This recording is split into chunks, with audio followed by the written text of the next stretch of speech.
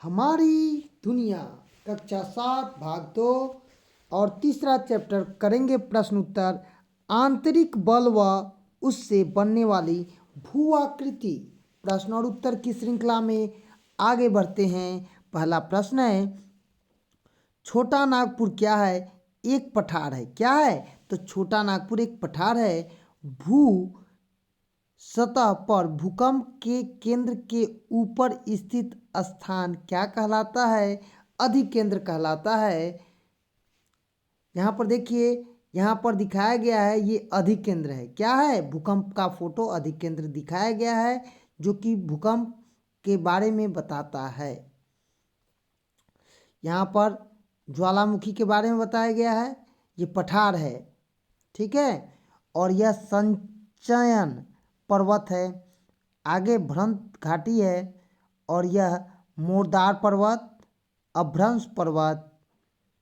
अब हम तीसरा प्रश्न करते हैं, भारत को कितने भूकंप तीव्रता के क्षेत्रों में बांटा गया है? तो 4। और सतपुड़ा पर्वत उदाहरण है भ्रंश पर्वत का। क्या नाम है? भ्रंश पर्वत का। और हम आपको भ्रंश पर्वत दिखाए भी थे। ये देखिए, ये पर्वत क्या है? भ्रंश पर्वत का एक उदाहरण है। अब हम हिमालय क्या है? एक वलित पर्वत है। हिमालय क्या है? एक वलित पर्वत है। हिमालय क्या है? तो वलित पर्वत है। यहाँ पर वलित पर्वत का फोटो नहीं दिया गया है, नहीं तो हम आपको दिखा सकते थे वलित पर्वत क्या है, ठीक है। हिमालय क्या है? वलित पर्वत है। फ्यूजियामा क्या है?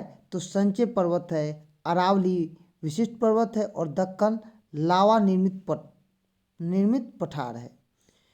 अब हम स्पष्ट कीजिए, पहला है अधिकेंद्र। हम आपको बता रहे थे, यहाँ पर देखिए अधिकेंद्र, ये जो अधिकेंद्र है जो आप फोटो में देख रहे हैं, इसी को हमको परिभाषित करना है।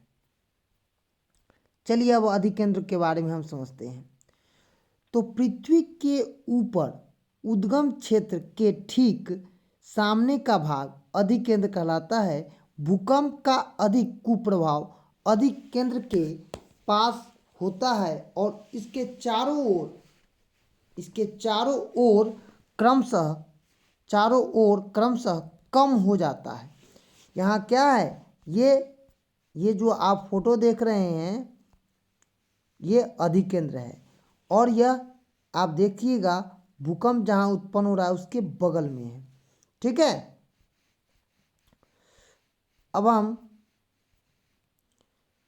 दूसरा करेंगे उद्गम केंद्र। पृथ्वी के अंदर का भाग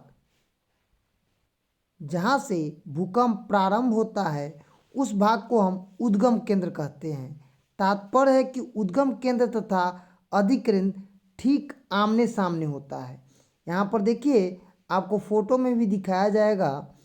यहाँ पर ये देखिए, अधिकेंद्र और भूकंप का केंद्र दोनों क्या है? आमने और सामने है। अब हम आगे की ओर चलेंगे। सिस्मोग्राफ, भूकंप की तीव्रता मापने वाले यंत्र को हम सिस्मोग्राफ कहते हैं। और सिस्मोग्राफ रिएक्टर पैमाने का बना होता है। क्या बना रहता है? रिएक्टर पैमाने का बना रहता है। और चौथा है रिक्टर पैमाना। क्या है? जिस पैमाने में भूकंप की तीव्रता को मापा जाता है उस मापन को हम रिक्टर पैमाना कहते हैं। इसे हम सिस्मोग्राफ का पामना या रिक्टर के रूप में भी जानते हैं। हम भूकंप जब आता है तो उस चित्र को क्या करते हैं? भूकंप क्षेत्र कहते हैं और उसे हम नापते हैं। यहाँ पर देख लीजिए, प्लेट टकरा रहा है और यहाँ भूकंप की दिशाएं बाहर की ओर आ रही है। यह उद्गम केंद्र है और यह फोटो में आपको बुझा जाएगा कि किस प्रकार से यह है। तो अब हम आगे प्रश्न की ओर चलेंगे। तो पहला प्रश्न है, भूकंप क्यों आता है? तो पृथ्वी के अंदर गतिमान प्लेटों के टकराने से भूकंप आता है। क्या होता है, पृथ्वी के अंदर प्लेट चलते रहता है और इसके टकराने से ही भूकंप आता है। दूसरा प्रश्न है, भूकंप का मानव जीवन पर क्या प्रभाव पड़ता है? तो उत्तर लिखेंगे, भूकंप का मानव जीवन पर बहुत बड़ा प्रभाव पड़ता है। छोटे बड़े मकान ध्वस्त हो जाते हैं, बहुत से आदमी माल जाल मर जाते हैं। इस प्रकार भारी जान माल का हानि होता है और भूकंप होने से काफ़ी दिक्कत इंसानों को होता है। ज्वालामुखी किसे कहते हैं? तो कभी कभी और कहीं कहीं पृथ्वी के अंदर से तरल अग्नि की ज्वाला निकल जाती है, उसी को हम ज्वालामुखी कहते हैं। क्या कहते हैं उसको? हम ज्वालामुखी कहते हैं।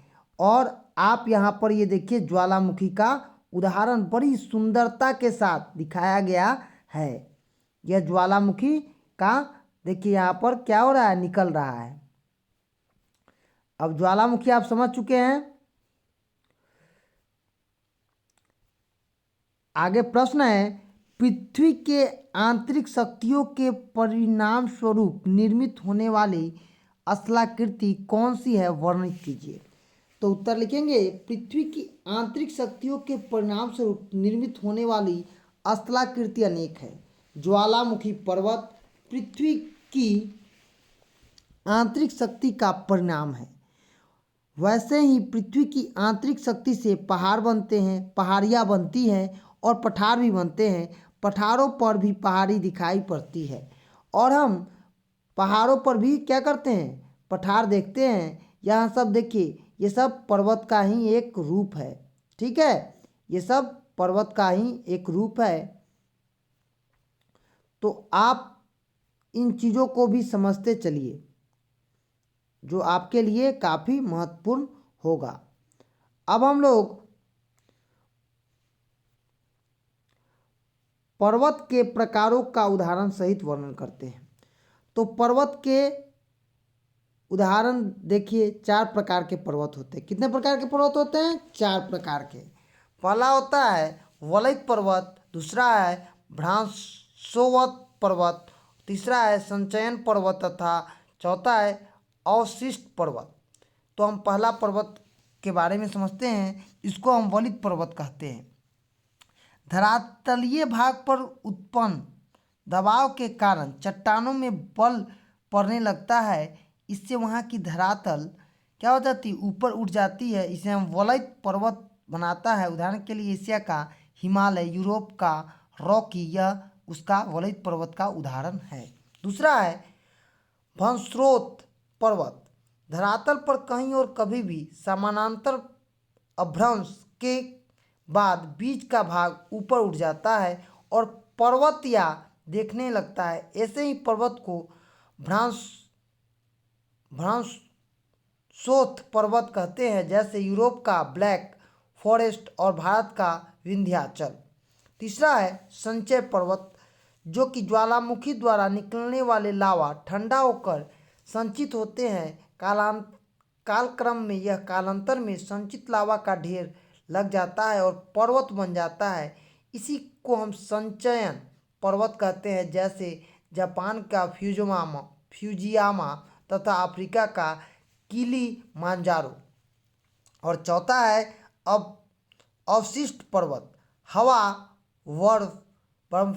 वर्षा आदि के अपरदन की शक्ति द्वारा पर्वत की चोटी कटती छटती रहती है, घिसती रहती है। इससे उसकी ऊंचाई कम पड़ जाती है। उदाहरण के लिए अरावली और पूर्व पश्चिम की घाटी।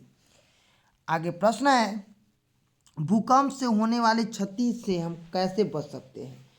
तो उत्तर लिखेंगे, भूकंप से होने वाली क्षति से हम तभी बच सकते हैं जब नागरिकों को इससे बचने के उपाय के बारे में उन्हें पता हो, जो कि भवन बने और वैज्ञानिक ढंग से बने और भूकंप रोधी क्या हो, तरीके से बने, नक्शे से बने। इससे भूकंप में होने वाली क्षति को कम किया जा सकता है या क्षति से बचा भी जा सकता है।